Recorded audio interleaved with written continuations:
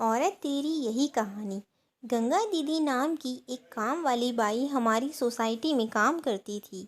छरहरा बदन, तीखे नए नक्श, उसकी लंबाई भी अच्छी थी। वो जब घर में काम किया करती थी तो ऐसा लगता था गिलहरी को छोड़ दिया। उसके अंदर गजब की फुर्ती थी। उसके 3 बच्चे थे। उसका पति शराबी था। उसकी सास भी उसके साथ ही रहती थी।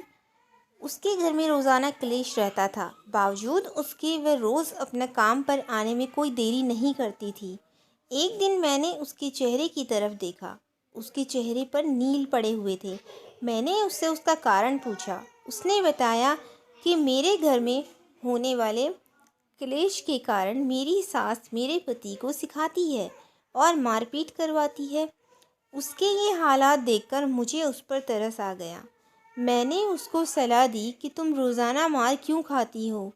उसने कहा कि अगर घर बसाना है तो मुझे सब कुछ झेलना पड़ेगा, और वह इतना कहकर वहाँ से चली गई। उसने कहा, क्या मेम साहब, ये तो रोज़ का ड्रामा है, इसकी इतनी टेंशन नहीं लेनी चाहिए। मैंने कहा, ये कोई छोटी बात नहीं है। अगर आज तुम उसकी हिम्मत बढ़ाओगी तो वह ऐसे ही करेगा। वह हंसने लगी और अपना काम करके चली गई। पर ये क्या, अब तो रोज़ उसके साथ यही सब होने लगा। एक दिन उसके हाथ पर गहरा जख्म था।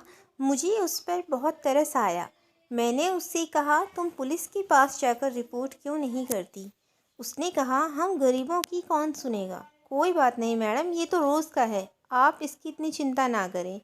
मैंने उसको बोला कि अगर मेरा पति ऐसा करता तो शायद मैं उसे नहीं छोड़ती। इतना सुनकर वहाँ से चुपचाप चली गई। ऐसे ही दिन बीतते रहे। उसकी ऐसी हालत होती थी, फिर भी वह हंसते हंसते अपना काम करके चली जाती थी। उसने कहा, मेम साहब, 3 बच्चे हैं, वह पीता भी है तो क्या हुआ। वह जैसा भी है, अगर साथ रहेगा तो मुझे कोई कुछ कहने वाला नहीं है। मुझे बात बड़ी अजीब लगी। मैंने कहा, तुम जैसों का साथ देने में क्या फ़ायदा, तुम जैसी हो वैसी रहोगी।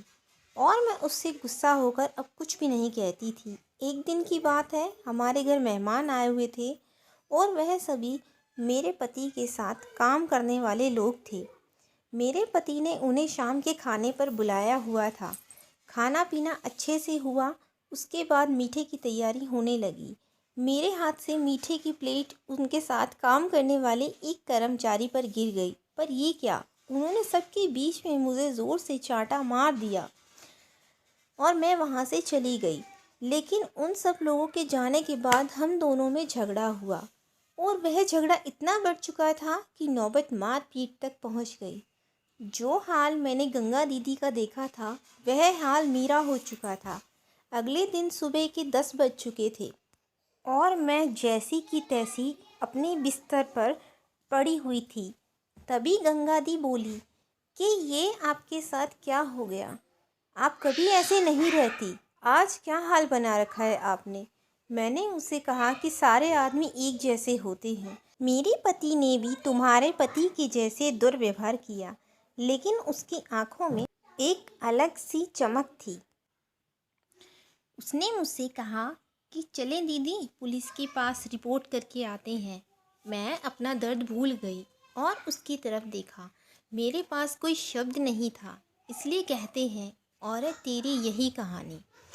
अगर आपको कहानी अच्छी लगी हो तो इसे लाइक करें, शेयर करें और सब्सक्राइब करें। धन्यवाद।